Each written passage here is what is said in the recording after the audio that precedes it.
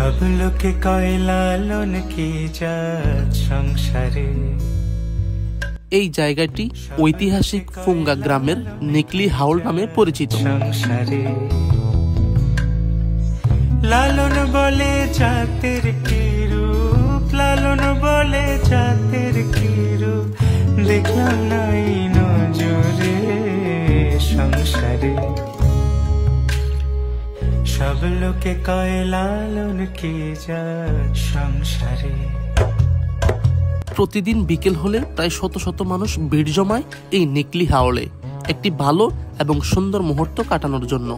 কেউ মালা কেউ তসবিহ গলে, তাই তোরে জাত ভিন্ন বলে। কেউ মালা কেউ তসবিহ গলে, তাই তোরে জাত ভিন্ন বলে। যাওয়া কিংবা আসার কালে, যাওয়া কিংবা আসার কালে জাতির চিহ্ন।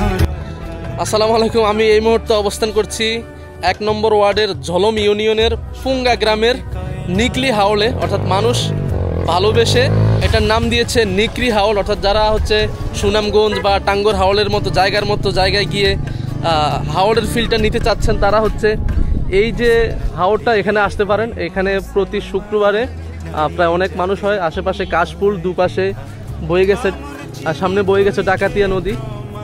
খুবই চমৎকার পরিবেশ আসলে। অবসর সময় পেলে আপনিও ঘুরে যান একদিন বিকেলবেলা। ভিডিওটি করিয়েছি আমি মোহাম্মদ নাইম। যদি ফেসবুক পেজ থেকে দেখেন, পেজটিকে ফলো এবং ভিডিওটি শেয়ার করে দিন। ধন্যবাদ।